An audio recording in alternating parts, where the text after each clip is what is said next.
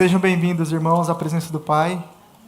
A presença que tomou esse ambiente desde o ensaio, irmãos. Durante o ensaio, eu acompanhei um pedaço do ensaio, eu estava ali no meu lugar e constrangido pela presença de Deus que estava aqui. E por um momento eu saí um pouco lá fora no estacionamento, estava orando também pela igreja e pelas nossas vidas, e orando pelas nossas metas do ano, né? Que a gente tinha combinado aqui de estipular. Os irmãos, sabem a diferença entre uma meta e um desejo? O desejo, irmão, as nossas vontades, né? E a gente precisa colocar aqui metas e não desejos. A diferença entre uma meta e um desejo é que uma meta, ela é suportada por um plano. O desejo a gente coloca, eu quero isso, quero aquilo, mas a gente não faz plano nenhum. A meta, ela é suportada por um plano. Então, por trás de cada meta, a gente precisa definir um plano. E enquanto eu estava ali fora orando, o Espírito Santo me lembrava quantas coisas na minha vida, e eu creio que na vida dos irmãos também, Deus já falou, Deus confirmou, mas a gente nunca colocou no papel, a gente nunca traçou o plano. A Bíblia diz, em Provérbios capítulo 16, que o pastor tinha citado aqui, dos homens são os planos no coração, mas de Deus é a resposta na boca. Dos homens são os planos do coração. E no versículo 3 do capítulo 16 fala: consagre ao Senhor tudo o que você for fazer, e os seus planos serão bem. E consagre ao Senhor tudo o que você for fazer. Fica à vontade. Opa. Consagre ao Senhor tudo o que você for fazer. Provérbios capítulo 16, versículo 1, 2 e 3. E vai ser bem sucedido. Então, como que a gente faz um plano bem simples, irmãos? Sobre cada meta que Deus colocar no teu coração, a espiritual, intelectual, relacionamentos, familiar, saúde, carreira, você pensa em 5 ou 6 respostas para essas perguntas. O que eu vou fazer? Por que eu vou fazer? Quando eu vou fazer? Como eu vou fazer? Com quem eu vou fazer? E que recurso eu vou precisar? É só isso. O que, quem, quando, como, aonde, por quê e qual recurso eu vou precisar. Ora, o Espírito Santo vai trazer as pessoas para a sua vida. O Espírito Santo vai colocar as pessoas no seu caminho. O Espírito Santo vai estabelecer aquilo que Ele tem colocado no teu coração e os seus planos vão dar certo no nome de Jesus. E você transformou um desejo em uma meta. E o que eu tenho pedido para Deus, irmãos, nesses dias é que eu não quero falar nada, especialmente aqui no púlpito, que todas as pessoas não sejam capazes de fazer em Cristo. Tudo o que eu falo aqui, irmãos, do maior ao menor, pode fazer em Cristo. Então, ora e pede para Deus: Senhor, quem são as pessoas que vão me ajudar? Quem são as pessoas que eu vou me aliançar nesse tempo? Como eu preciso fazer? Quando eu tenho que fazer isso ou aquilo? Coloca no papel e o Senhor vai honrar. Existem planos parados, existem situações e condições que Deus já liberou sobre a mim e sobre a sua vida, estão paradas porque nós não colocamos no papel. E o pastor bem citou hoje: apresente ao Senhor os pães e os peixes, e deixa que o sobrenatural, Ele que vai operar. Amém? Irmãos, hoje nós vamos falar sobre família, e o que o Pai colocou no meu coração é Provérbios capítulo 22, versículo 6, um texto que eu ouço aqui dos meus pais desde que eu sou criança. Pegava no meu pé com esse texto, e agora eu estou pegando no pé do povo também com esse texto. Glória a Deus. Família com propósito, irmãos. Família é um projeto eterno de Deus. O Senhor instituiu essa organização, esse organismo chamado família, para abençoar toda a terra. O plano de Deus sempre foi com famílias, famílias, famílias. Deus chamou Abraão, a sua descendência, para abençoar, e Deus falou para Abraão: em ti serão benditas todas as famílias da terra. Então, em Provérbios capítulo 22, versículo 6, a Bíblia nos diz: instrua a criança segundo os objetivos que você tem para ela. Eu estou com a NVI aqui, irmãos. Instrua a criança segundo os objetivos que você tem para ela, que você tem para ela. E mesmo com o passar dos anos, ela não se desviará dele. Instrui os seus filhos, instrui a sua família, conduza a sua família, irmãos, pelo caminho que se deve andar. E mesmo depois que ela estiver crescida, nossos filhos, nossas filhas crescidas, elas não vão se desviar desse caminho. Antes de eu entrar propriamente na palavra, irmãos, eu quero pedir para vocês ir anotando, mas de novo, vai anotando que o Espírito Santo vai falando no teu coração. Quais são as ações que você precisa tomar, quem são as pessoas que você precisa procurar, porque o esboço, depois se o pastor entender que faz sentido, ele vai compartilhar naquela lista poderosa de transmissão dele. Antes de eu falar da palavra propriamente dita, eu queria falar rapidamente aqui de 2 estudos que foram feitos, porque eu amo, irmãos, quando a ciência se esforça para provar aquilo que a Bíblia diz há mais de 2000 anos. O que eu vou falar aqui todos nós sabemos, e vai fazer sentido para nós. 2 estudos, o primeiro da Arnett Leroux, uma socióloga da Universidade de Maryland, ela pegou 12 famílias e fez uma pesquisa com essas famílias em cerca de 20 encontros, onde ela passava diversas horas por dia com essas famílias. E a conclusão desse estudo é o seguinte: as pessoas elas não se tornam bem-sucedidas sozinhas, elas são produto de lugares e ambientes específicos. A destreza social, a habilidade que a pessoa tem de conviver socialmente, ela é mais importante do que o QI, do que a inteligência. Mesmo as crianças com QI elevado, mas que não tiveram um ambiente familiar intencional, não foram bem-sucedidas na vida adulta. Ela avaliou aquelas pessoas que tinham um QI super elevado, aquelas crianças que eram um gênio, e acompanhou até a vida adulta. E viu que quando chegou na vida adulta, a inteligência que elas tinham não fez diferença. O que fez diferença foi o ambiente familiar que elas cresceram. Vai pensando aí, irmão, se faz sentido. É no ambiente familiar que se constrói essa destreza social, que é um conjunto de capacidades, atitudes e aptidões que precisam ser desenvolvidas por todas as pessoas. As famílias onde os filhos foram criados de forma intencional, que os pais se envolviam no tempo livre com os filhos, levavam as crianças para suas atividades, perguntavam sobre as suas atividades, seu dia, seus professores e seus colegas. As crianças eram ensinadas a participar, ponderar, se posicionar e negociar os seus pontos de vista. Nas famílias onde as crianças não foram educadas de forma intencional pelos pais, essa realidade ela não existia. Para elas, brincar não era ter uma agenda definida, mas inventar jogos na rua com os irmãos e amigos, e o que elas faziam era considerado pelos pais algo à parte do mundo adulto, ou seja, os pais não davam importância para o que as crianças estavam fazendo. O segundo estudo, do Lewis Terman, com 1.400 crianças, ele pegou só as crianças que tinham QI elevado. E a conclusão que ele chegou nesse estudo: o QI não teve tanta importância no seu desenvolvimento na vida adulta. No final, o que mais importou foi o ambiente familiar. As crianças que foram criadas em um ambiente familiar intencional e com propósitos, aprenderam a cooperar com os demais, trabalhar em equipe, enfrentar ambientes altamente estruturados, interagir de forma tranquila com os adultos e se posicionar quando necessário. Essas crianças elas foram ensinadas de forma paciente e foram persuadidas e incentivadas. As crianças foram consideradas mais atentas, equilibradas, atraentes e organizadas. Conseguiram apresentar ao mundo o que tinham de melhor, simplesmente porque estavam inseridas em uma comunidade ao redor que lhes preparara para o mundo. As crianças que tiveram problemas no ambiente familiar, elas apresentaram diversas desvantagens na vida. Sensação de distância, desconfiança e limitação. Não sabiam como fazer o que queriam ou como adaptar os próprios interesses, qualquer ambiente onde estivessem para satisfazer os seus objetivos. Não aprenderam a ponderar, argumentar e se posicionar. E não aprenderam que possuía direitos e tinham conhecimento zero dos processos. Tiveram a oportunidade de mostrar ao mundo o que tinham de melhor negada por causa do ambiente familiar. Irmãos, faz sentido isso para alguém? Não entrei na Bíblia ainda, nós vamos entrar agora, mas isso aqui é o que a ciência está vindo falar. Para mim, irmãos, tudo isso aqui está na Bíblia. Para mim, tudo isso aqui, desde quando a gente fala do propósito eterno de Deus para as nossas vidas, e a pergunta que eu faço é: por quais caminhos nós devemos conduzir a nossa família segundo a Bíblia, segundo a palavra de Deus? Quais são esses caminhos? Antes de falar propriamente dos caminhos, nós vamos alinhar os caminhos que nos trouxe até aqui. Porque talvez você se identificou assim como eu me identifiquei em muitos aspectos, talvez não tenha visto isso dentro de casa.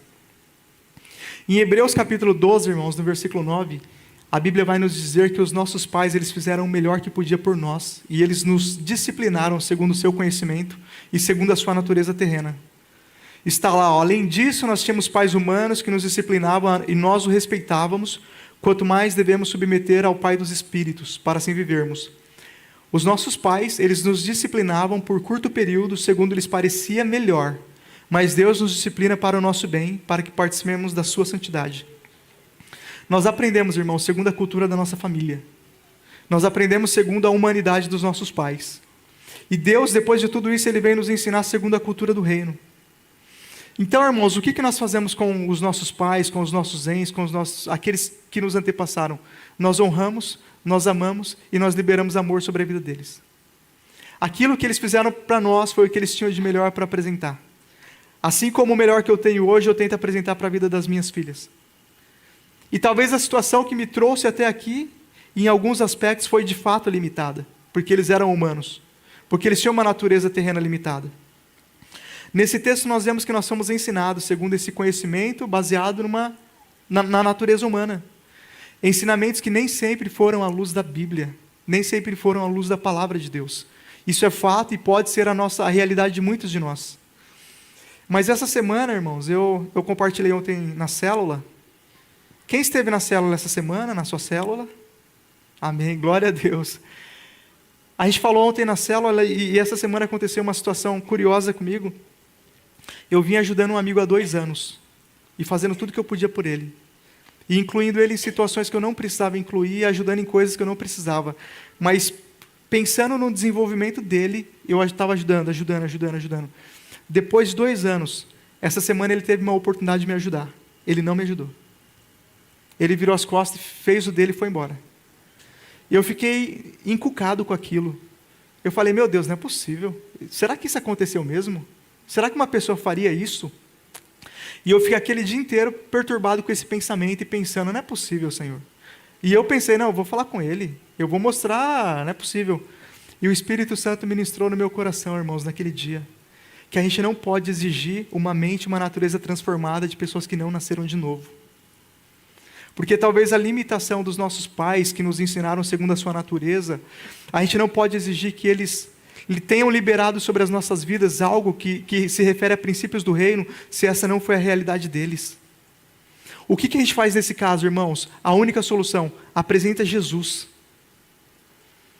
Porque vivendo debaixo de uma antiga natureza, por mais que a pessoa se esforce para fazer o bem, por mais que ela tente, por mais que ela te respeite, por mais que ela queira retribuir, aquilo não faz parte da natureza dela. Ela vai ter que se esforçar para fazer o bem. Mas quando ela está numa natureza transformada, irmãos, aquilo é o cotidiano dela. Os cristãos não devem se esforçar para fazer o bem, porque isso tem que ser comum. E as pessoas que não experimentarem essa mente transformada através de Cristo, por mais que elas se esforcem, em alguns momentos vai vir alguma atitude de egoísmo, vai vir alguma atitude que não é coerente, e o nosso papel, irmãos, é liberar amor sobre essas pessoas, entender e apresentar Jesus.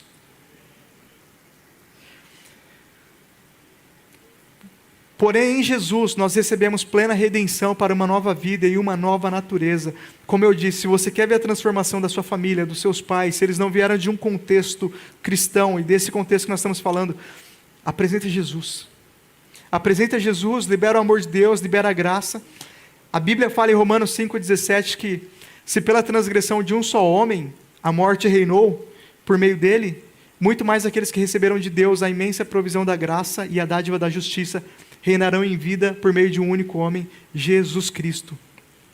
O Senhor nos deu a oportunidade, irmãos, de viver novamente a partir de uma nova natureza. Não importa como foi a sua criação e como você chegou até aqui. Se você aceitou Jesus, e quando você aceita Jesus, você foi incluído na cruz, se você tomou a sua cruz e foi incluído na morte de Cristo, a partir desse momento, você conheceu a abundância da graça e o dom da justiça. E porque você conheceu a abundância da graça e o dom da justiça, você foi liberado para viver uma nova vida, uma nova natureza. E o Senhor é aquele que faz nova todas as coisas na sua vida, independente do contexto do qual você veio. E com isso, irmãos, como diz a Bíblia, o Senhor nos capacita a reinar em vida por intermédio de Jesus. Você já parou para pensar o que significa reinar em vida? Essa revelação é o Espírito Santo que vai trazer para o seu coração.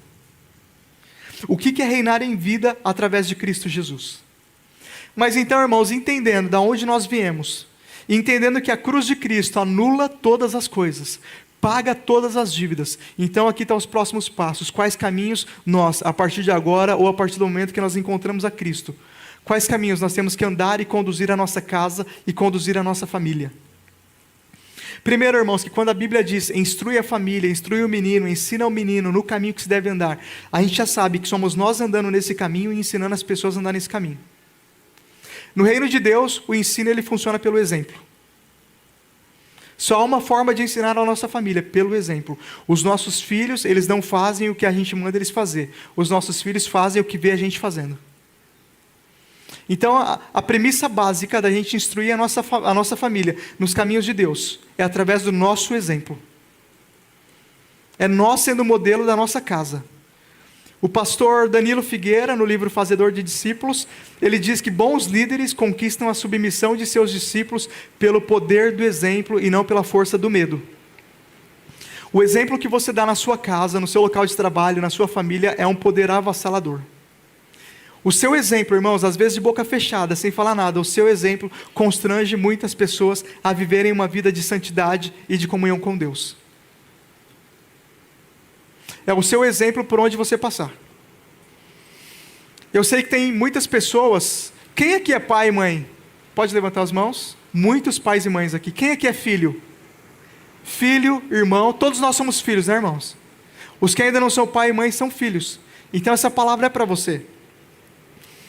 E eu estava orando sobre essa palavra, eu estava pensando na minha história e falando, meu Deus, eu não vivi muitas dessas coisas porque eu perdi o meu pai de uma forma um pouco precoce. Um pouco cedo no meu ponto de vista. E o Espírito Santo liberava no meu coração para você jovem, que talvez o seu pai não está aqui, sua mãe não está aqui, não conhece o Evangelho, ou talvez você que já perdeu um dos dois, ou talvez os dois. A Bíblia diz que o Senhor é o teu pai, e de nada você vai ter falta. Tudo aquilo que nenhum homem natural poderia fazer sobre a sua vida, o teu pai que está no céu vai fazer de forma sobrenatural sobre você. E você não vai sentir falta de nada. Se esconde atrás da paternidade de Deus, que você de nada vai ter falta. O que o seu pai não poderia te dar, o que a sua mãe não poderia te dar, o Senhor Ele pode fazer pela sua vida e Ele vai fazer. E você de nada vai ter falta, porque o Senhor é o teu pai e o teu pastor. Eu estava falando do exemplo, em 1 Timóteo 4,12, Paulo está falando para Timóteo, Timóteo, ninguém te despreze pelo fato de você ser jovem, mas seja um exemplo para os fiéis, na palavra, no procedimento, no amor, na fé e na pureza. Seja um exemplo. Porque talvez você jovem também que está aqui, o seu pai não está e a sua mãe não está, porque ainda não tiveram um encontro com Cristo, eu quero liberar uma palavra sobre a sua vida. O teu exemplo de fé, de dignidade, de honra, vai converter toda a sua família. Eles vão olhar para a sua vida e você não vai dizer, talvez eu quero ser como meu pai, mas eles vão dizer, eu quero ser como meu filho. E eu quero falar para você que o Espírito Santo que habita no seu coração vai fazer você irresistível e ninguém vai te resistir dentro da sua casa.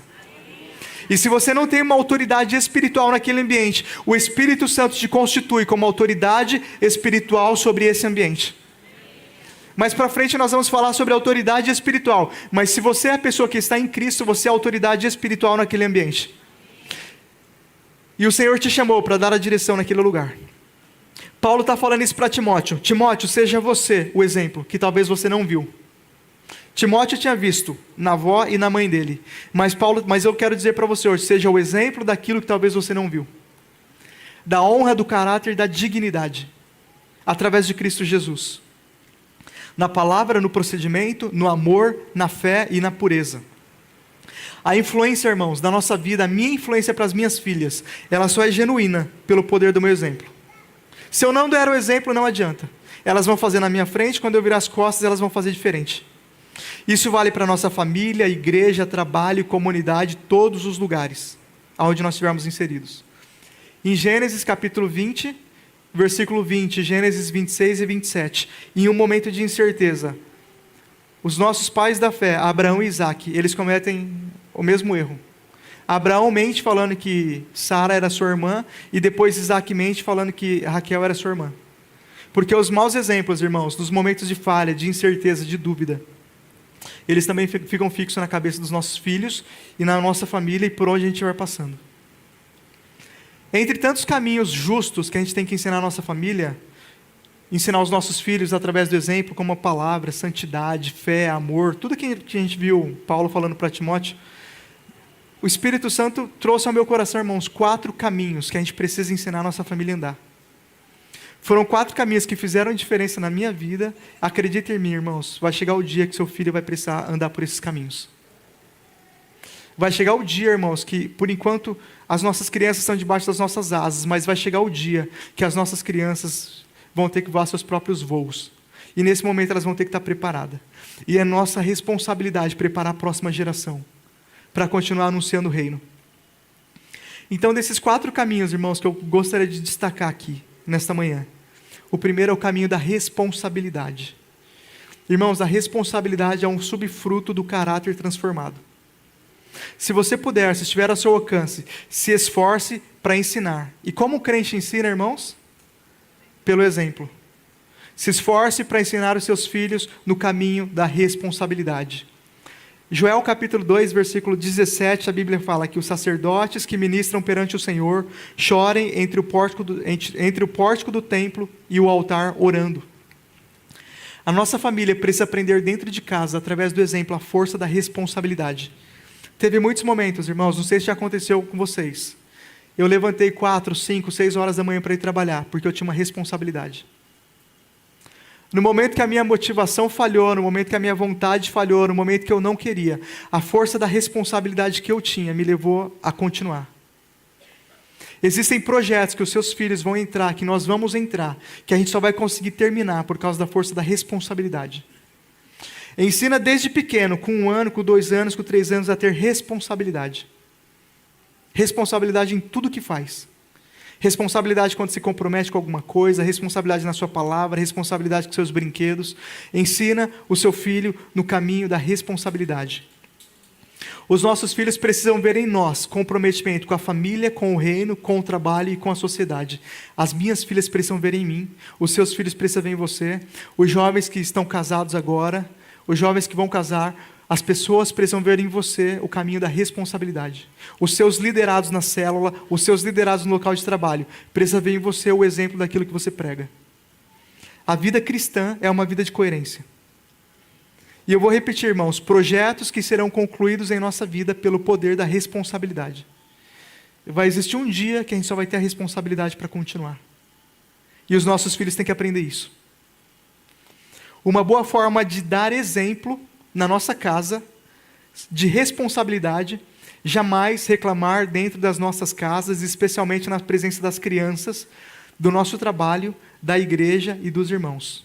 Porque isso gera aversão nos nossos filhos sobre essas áreas. Um combinado que a gente tem, irmãos, na minha casa, a gente não reclama da igreja, a gente não reclama do ministério, a gente não reclama que a célula está pesada, a gente não reclama que o ministério é puxado, a gente não reclama.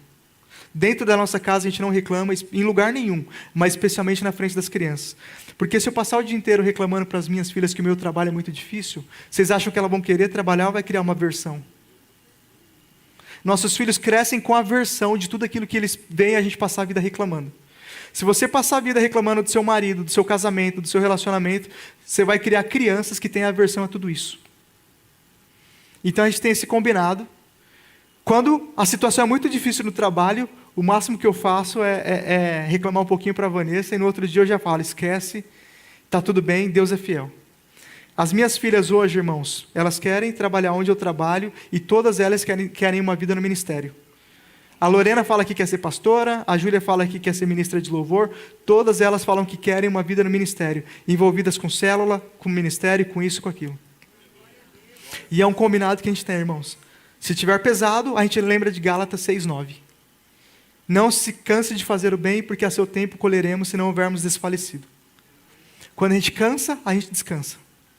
E a gente segue. Porque nós aprendemos o caminho da responsabilidade. E a gente precisa passar para os nossos filhos esse caminho. O segundo caminho, que é mais poderoso do que a responsabilidade, é o caminho da convicção. Irmãos, gera na sua casa convicção, fé. Hebreus 11:1, aqui na Nova Almeida atualizada, a Bíblia diz, a fé é a certeza de coisas que se esperam e a convicção de fatos que não se veem. O seu filho e a sua família, um dia vai precisar na vida deles ter convicção. Eu lembro que quando eu estava fazendo faculdade, no auge dos meus 20 anos de idade, eu já comentei aqui que a empresa onde eu trabalhava ficou em greve, não tinha dinheiro para pagar mensalidade, não tinha dinheiro para pegar ônibus, não tinha dinheiro para nada. Ficamos 2, 3 meses sem salário e bagunçou toda a minha vida. Eu estudava aqui na Fundação Santo André e morava lá na Pauliceia. Eu passei o ano inteiro, irmãos, indo a pé, voltando a pé para casa. Era 1h10, bem caminhada. Peguei todas as estações do ano. A mesma árvore que eu vi com flor, eu vi depois sem flor, as folhas caindo, toda a estação do ano. Eu quero dizer, irmãos, o seguinte, naquele tempo, eu não sei porquê, não tinha ninguém para me dar um tapinha nas costas e para dizer, Ismael, continua, Ismael, vai dar certo. Irmãos, existia uma fé, uma convicção no meu coração que eu tinha que fazer aquilo, que aquilo ia trazer frutos, que aquilo ia trazer alguma bênção na minha vida, que ia dar certo, que eu tinha que continuar. Não tinha uma pessoa me pedindo para continuar, existia uma convicção no meu coração que aquilo ia produzir algum fruto algum dia. Em algum momento da sua vida, os seus filhos, a sua família, vai precisar de uma convicção que foi gerada no seu coração. Vai precisar ter certeza que precisa continuar porque aquilo vai dar certo. Talvez você já tenha passado por isso. E talvez nesses momentos de luta, se não tinha convicção, se não tinha certeza que vai dar certo, foi o momento que a gente desistiu. Se isso acontece hoje com nós adultos, imagina com crianças e com jovens. Então gera, através do seu exemplo, no seu ambiente familiar, convicção. A convicção, ela é mais forte do que a responsabilidade. Se um dia a responsabilidade falhar, a convicção estará lá, para o seu filho continuar e dar mais um passo. Para a sua família continuar e dar mais um passo, no nome de Jesus. A convicção é um subproduto da fé e da certeza. Nós precisamos ensinar através do exemplo a nossa família a andar com convicção no coração a respeito da palavra e dos princípios. A certeza que aquilo que nós esperamos e buscamos, o Pai vai cumprir pelo poder da sua palavra. A nossa família tem que ter certeza, quando cair na faculdade, que talvez for o único crente na sala, quando cair no local de trabalho. Eu lembro que com 18 anos eu fui fazer um trabalho em Curitiba e eu fui o único cristão. Nós somos em 16 pessoas. E todo dia à noite, terminava o trabalho, eu ia para o hotel, os colegas iam para a bagunça. 18 anos de idade, não estava aqui nesta igreja, não tinha ninguém me vigiando, não tinha ninguém me olhando. Existia uma convicção no meu coração, que eu era diferente. Essa convicção tem que ser gerada através de você na vida da sua família. Porque nos momentos que os seus filhos estiverem só, essa convicção tem que falar mais alto. A certeza de quem eles são. No momento que a responsabilidade não é forte o bastante para nós seguirmos, nós temos que agir com convicção, porque a convicção ajuda a superar obstáculos sobrenaturais por meio da fé. A convicção nos ajuda a superar obstáculos sobrenaturais por meio da fé. No dia que nós não estivermos lá, os nossos filhos precisam ter a convicção no seu coração de quem eles são, do propósito das suas vidas e do destino que está reservado. E seguir esse caminho. Os seus filhos, os meus filhos, a nossa família e os nossos liderados. Porque você que está numa empresa, no dia que você não estiver lá para vigiar, e não tem que ter vigilância, tem que ter confiança, as pessoas que estão debaixo da sua liderança têm que ter convicção daquilo ali. Ó. A missão, a visão, os valores e a estratégia. Todo mundo tem que saber para onde está indo. E eles têm que saber tomar as decisões por si. E essa convicção, irmãos, de novo, é gerada pelo exemplo.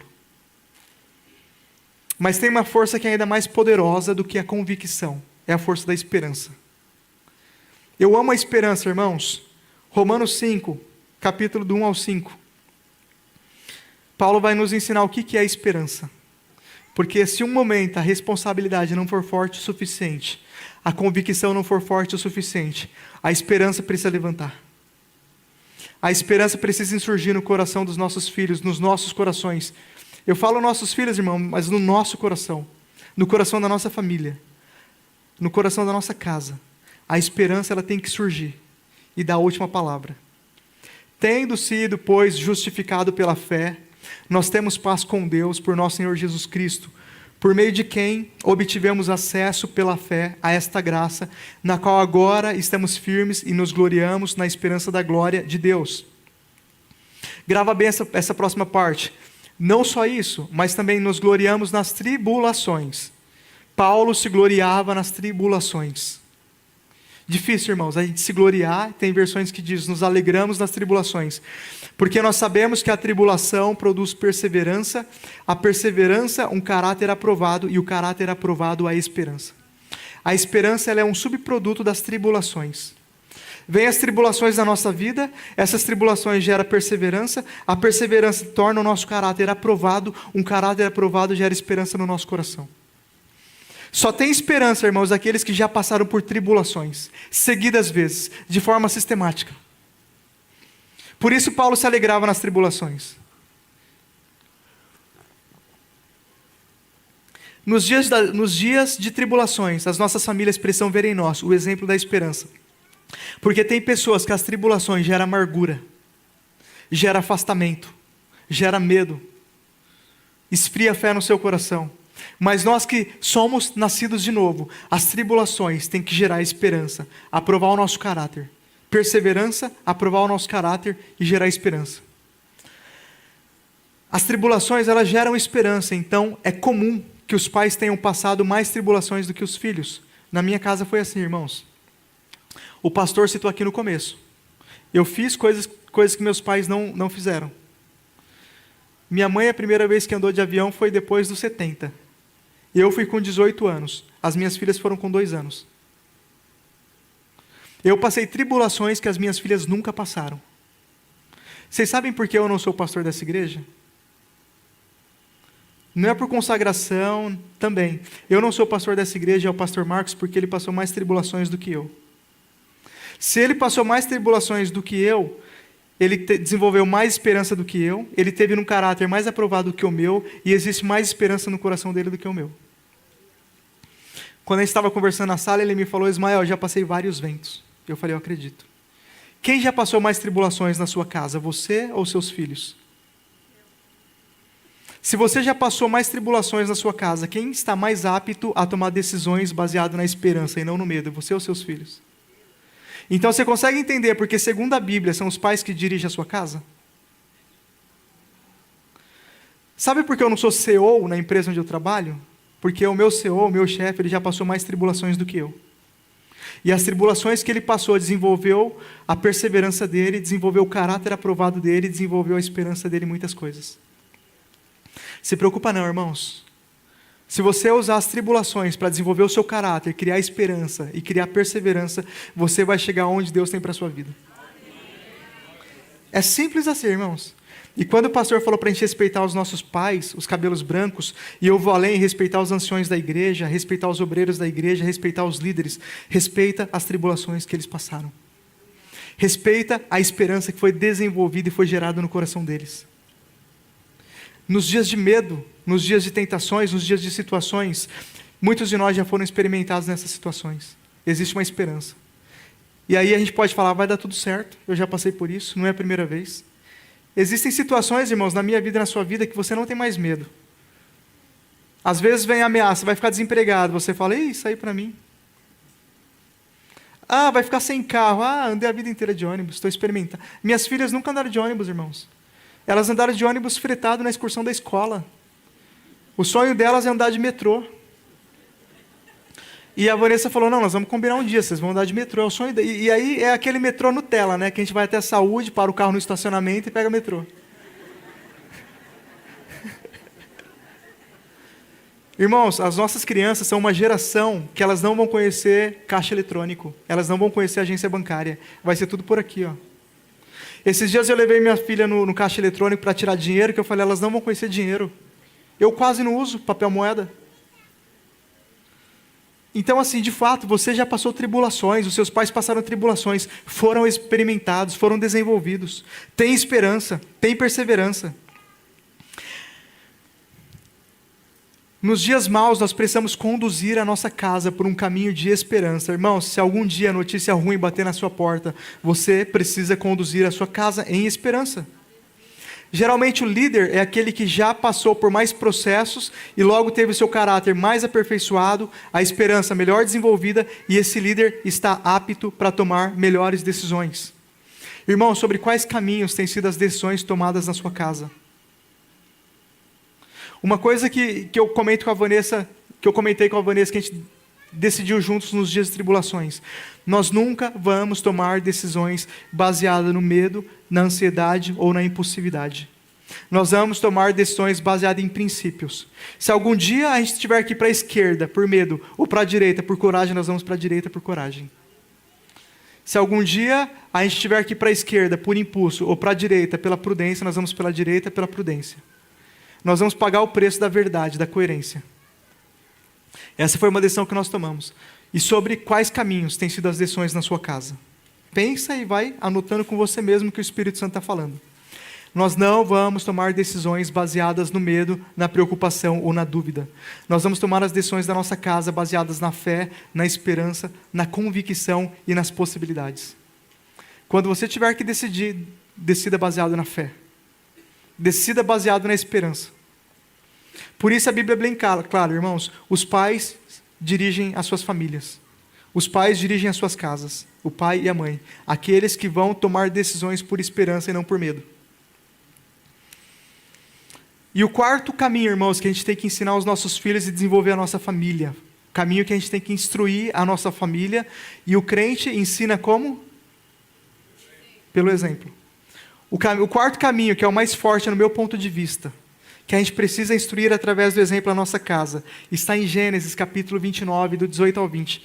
Quando eu estava lendo, irmãos, na nossa leitura bíblica desse ano, tem algumas semanas isso me saltou aos olhos. Eu falei, eu nunca tinha parado para reparar nisso. Gênesis 29, do 18 ao 20. A gente conhece a história de Jacó. A gente sabe do preço que ele pagou para ter a sua esposa. Como Jacó gostava muito de Raquel, eu estou lendo a NVI, tá? Como Jacó gostava muito de Raquel, disse, eu trabalharei 7 anos em troca de Raquel, a sua filha mais nova. Ele está falando para Labão. E Labão respondeu, será melhor dá-la a você do que a algum outro homem. Fique aqui comigo. Então Jacó trabalhou 7 anos por Raquel, mas lhe pareceram poucos dias pelo tanto que a amava. Quando eu estava namorando com a Vanessa, acordava 4 horas da manhã. A Vanessa foi minha primeira e única namorada na vida, e eu dela. E eu acordava 4 horas da manhã para trabalhar, ia do trabalho direto para a faculdade. E a única oportunidade que eu tinha de ver ela estudava também enfermagem nesse período. Chegava de ônibus na casa dela por volta de 11h30 da noite. Eu ia pegar ela no ônibus e levar ela até a casa dela de 11h30 até meia-noite. Era o único momento que a gente via durante a semana. E nos finais de semana, no domingo, ia para a casa dela depois do culto, com uns 30 sobrinhos do meu lado. E eu acordava 4 da manhã, mais dormia no sofá do que assistia ou conversava, ficava dormindo no sofá da minha sogra lá. E minha sogra via, tinha dia que ela até me dava uma coberta para eu ficar deitado no sofá. E eu voltava também a pé, não tinha carro nessa época. E aquele período, irmãos, para mim foi como poucos dias, de tanto que eu amava. Lindo. Lindo demais, né?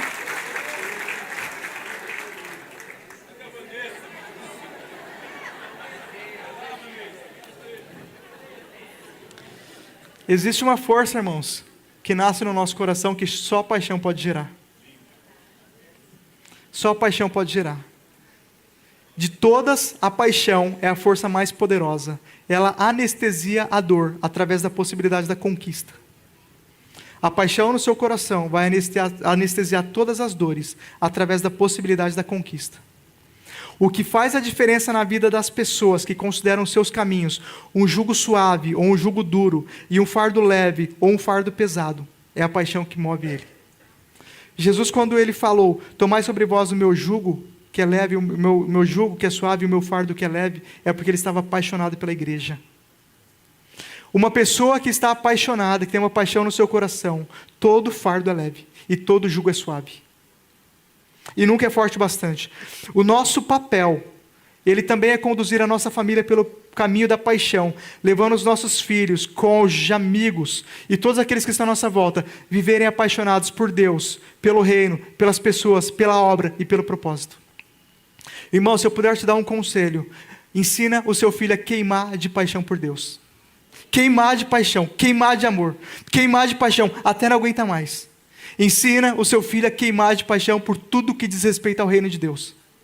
Por tudo o que diz respeito ao reino de Deus. É o melhor seguro de vida que você dá para os seus filhos. Ensina através do exemplo, queimar por Deus, queimar pelas pessoas, queimar por almas, queimar pelo reino, queimar por tudo que é santo. Como Paulo fala em Filipenses 4:8, tudo que é puro, tudo que é bom, se há algum valor, se há alguma dádiva, ensina o seu filho a queimar por isto.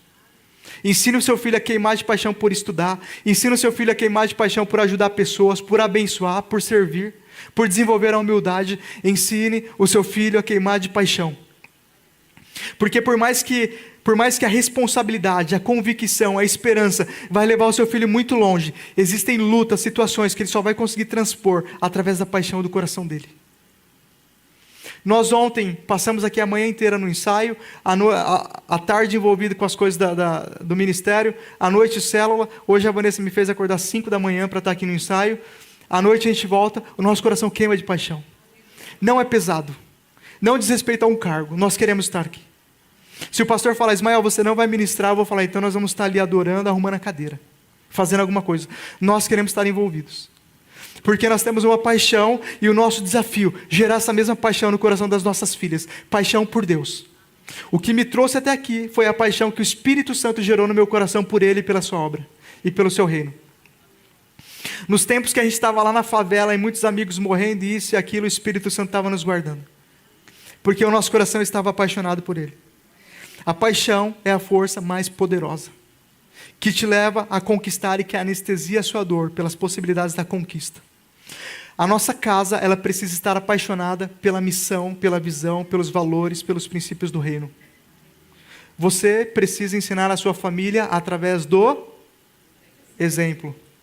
Queimar de paixão por Deus. Queimar de paixão pelo Senhor, pelo seu reino e pela sua obra. As pessoas que trabalham por responsabilidade podem ter bons resultados, mas quem se move por paixão nunca conhecerá limites e sempre entregará muito mais do que foi pedido, porque está apaixonado. Ninguém para uma família que se move por paixão, ninguém para filhos cujo coração queima de amor a Deus, de amor por Deus. Ninguém vai parar os seus filhos se eles queimarem de amor por Deus. Se dê ao trabalho, irmãos, se dê ao trabalho. O ano que vem nós vamos, a nossa célula é de sábado, o ano que vem nós vamos multiplicar em várias, aqui eu e a Vanessa vamos ficar, vai ser de quinta-feira, porque a Júlia completa 12 anos, e sábado é dia do MAG e é dia de célula dos jovens. Nós vamos nos desgastar, como nós vimos aqui no começo, para ser intencional na vida dos nossos filhos. Se dê ao trabalho, leva no acampamento, seja o Uber, seja o iFood, leva comida, leva para cá, seja intencional na criação dos seus filhos. Porque o Senhor vai honrar a sua vida, como diz a tua palavra. Ensine os seus filhos no caminho que se deve andar. E ainda quando velho, não se desviará dele. E depois, irmãos, acabou. Depois, na minha adolescência, fiquei meio rebelde, mas não saí da igreja, continuei na igreja, só fiquei aqueles adolescentes. Pintei meu cabelo de vermelho. O pastor ficou bravo comigo na época. Me deu não foi o pastor Marcos, não. Me deu uma tosse, a minha mãe falou, é por causa do seu cabelo. Deus está pesando a mão.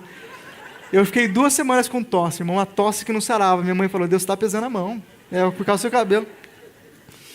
Depois tudo passou, irmãos, e eu continuei. E o Senhor me conservou até aqui pela sua misericórdia. Ninguém para uma família que se move por paixão, e ninguém para filhos cujo coração queima de amor a Deus. 1 Coríntios capítulo 13, os versículos do 4 ao 7. O amor, ele é paciente, o amor, ele é bondoso, ele não inveja, ele não se vangloria, ele não se orgulha, ele não maltrata, ele não procura os seus interesses e ele não se ira facilmente, não guarda rancor. E destaque isso aqui, irmãos, o amor não se alegra com a injustiça, mas se alegra com a verdade. Tudo sofre, tudo crê, tudo espera e tudo suporta. Se a pessoa está movida de amor, ela vai perseverar, ela vai crer, ela vai suportar. Assim como Jacó suportou, trabalhou 14 anos, continuou, perseverou. Primeiro 7, depois mais 7, e foi até o fim. Porque o coração dele estava movido de amor. E foram como poucos dias. E vai chegar no final, você vai completar a sua carreira, você vai guardar a sua fé, e vai ter sido como poucos dias, porque o seu coração estava queimando de amor. Por Deus e pela sua obra. Só a paixão levaria Jesus a morrer na cruz. João 3,16, a Bíblia diz que Deus amou o mundo de tal maneira, o coração de Deus queimava de paixão por nós, desde o princípio, que Ele deu o seu único Filho, para que todo aquele que nele crê não perecesse, mas tivesse a vida eterna. Só a paixão levaria homens a serem presos pelo Evangelho, porque a paixão move o mundo. Nós temos que transmitir a paixão de geração em geração e fazer a nossa família queimar de amor por Deus e odiar todos os falsos caminhos. Está em Salmo 119, 104, Davi falando, eu odeio todos os falsos caminhos, porque o meu coração está no Senhor. Ensine a sua casa, através do seu exemplo, a odiar todos os falsos caminhos e queimar de amor por Deus. Seja inspiração para todos em amor. Amém? Para encerrar, irmãos, como eu disse no começo, eu sei que muitos de nós não fomos conduzidos, ou talvez não tinham conhecimento para conduzir a nossa família. O Salmo 127, a palavra do Senhor diz: se não for o Senhor o construtor da casa, será inútil trabalhar na construção. E se não é o Senhor que vigia a cidade, será inútil a sentinela levantar guarda. Será inútil levantar cedo, dormir tarde, trabalhando arduamente por alimento. O Senhor concede o sono àqueles a quem Ele ama. Os filhos são herança do Senhor. Os seus filhos são a sua, os seus filhos são a nossa herança. Uma recompensa que Deus dá. Deus recompensou a sua vida, se Ele não recompensou, Ele vai recompensar. É uma recompensa que Ele dá. Como flecha nas mãos do guerreiro são os filhos nascidos na sua juventude. Tem guerreiro aqui, irmãos? Então vai ter flecha nas suas mãos. O Senhor vai colocar flechas nas suas mãos. Como é feliz o homem em quem tem aljava cheio deles. Não será humilhado quando enfrentar os seus inimigos no tribunal. Todos nós, um dia, nós conduzimos as nossas casas baseado na antiga natureza. Não vem nenhuma culpa sobre a sua vida e não vem nenhuma condenação, porque Deus faz o novo. Ainda que até algum dia, até certo tempo, nós tenhamos conduzido a nossa casa mediante a antiga natureza. Hoje, o Senhor quer fazer todas as coisas novas na minha e na sua vida, no nome de Jesus. A ordenança do Pai, restabeleça os antigos marcos dentro da sua casa. Os nossos filhos, como eu disse no começo, serão produto de lugares e ambientes específicos. Restabeleça os antigos marcos. Restabeleça o sentar à mesa. Restabeleça a autoridade. Restabeleça o tempo de oração. Restabeleça o tempo de ensino da palavra. Restabeleça o tempo de comunhão com seus filhos. Se eles estão numa idade onde eles não querem mais, a Bíblia diz: ninguém te resistirá. O Espírito Santo que está na sua vida vai se tornar irresistível. E os seus filhos vão voltar a te procurar, pedindo conselho, pedindo ajuda, espera por ligação, espera por telefonema ainda esta semana, para fazer uma oração, porque você é a autoridade constituída por Deus sobre a sua casa. Ninguém tira o poder da autoridade que foi constituída por Deus sobre aquele lar. Não aceite abrir mão da sua herança. Os seus filhos são a sua herança. Lute pela sua herança, assim como Caleb lutou pela sua herança, que era Hebrom. Está lá em Josué capítulo 14. Caleb com 85 anos. Josué já tinha morrido. Moisés já tinha morrido. Ele chamou Josué. Ele falou: Josué, um dia eu lutei e foi estabelecida uma promessa sobre a minha casa. A promessa é que Deus me daria Hebrom. E agora eu estou aqui com 85 anos. O tempo passou, as condições passaram, os reinos passaram, a economia passou, o governo passou, mas a promessa de Deus ainda está de pé sobre a minha vida. Caleb falou: o Deus a quem eu sirvo reconstituiu, renovou as minhas forças, e eu estou aqui como no começo, para hoje tomar posse daquilo que é a minha herança. Por isso nesta noite nós vamos orar e lutar e jejuar e pelejar pela nossa herança, pela nossa casa, pelos nossos filhos. E Caleb sabia que ele ia enfrentar gigantes, mas ele falou: o Senhor renova as minhas forças, e eu quero hoje ter a oportunidade de ir até Hebrom, contra aquela cidade fortificada, e lutar contra os gigantes, e abençoar e tomar posse da minha herança. O Senhor não nos constituiu autoridade para a gente abrir mão da nossa família, dos nossos filhos, para a gente ter uma casa destruída e uma vida distante. O Senhor te constituiu como autoridade para mudar toda essa condição. Na nossa família não vai ter pais que não falam com os filhos. Nas nossas famílias, entre nós, não vão ter filhos que não falam com os pais. Entre nós, o Senhor constituiu cada um de nós como autoridade espiritual. Você é como o profeta Jeremias. O Senhor te colocou lá para construir e para destruir aquilo que tem que ser destruído na autoridade do nome de Jesus. Sofismas, fortalezas e tudo que se levantou contra o conhecimento de Cristo, Deus te levanta em jejum e oração para quebrar, no nome de Jesus. E construir as muralhas, as fortalezas que vão proteger a sua casa, a sua cidade. Assim como Neemias, reconstruir as muralhas.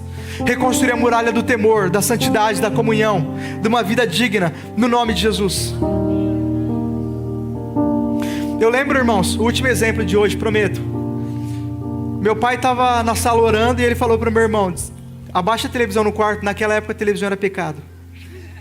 E o meu pai falou: abaixa a televisão que eu vou orar. E o meu irmão foi lá e aumentou o volume. Na hora que meu pai começou a orar, a televisão queimou. Não sei se era pecado, se não era, o que eu sei é que a televisão queimou. Porque toda autoridade constituída por Deus, ela vai permanecer, ela vai prevalecer no nome de Jesus. Eu e você somos essa autoridade dentro das nossas casas. O Deus de Caleb, Ele é o mesmo hoje, e Ele renova as nossas forças contra as cidades fortificadas que se levantaram nos corações dos nossos filhos e da nossa família, no nome de Jesus. Deus é conosco e Ele nos capacita a vencer gigantes e conquistar as fortalezas espirituais dentro da nossa casa. O Senhor é aquele que restaura a nossa sorte, da mesma forma que Ele mudou a sorte de Israel. Eu quero te encorajar, você está disposto a hoje, juntamente comigo, mais uma vez, lutar por você e pela sua casa, pela sua família e pelos seus, no nome de Jesus?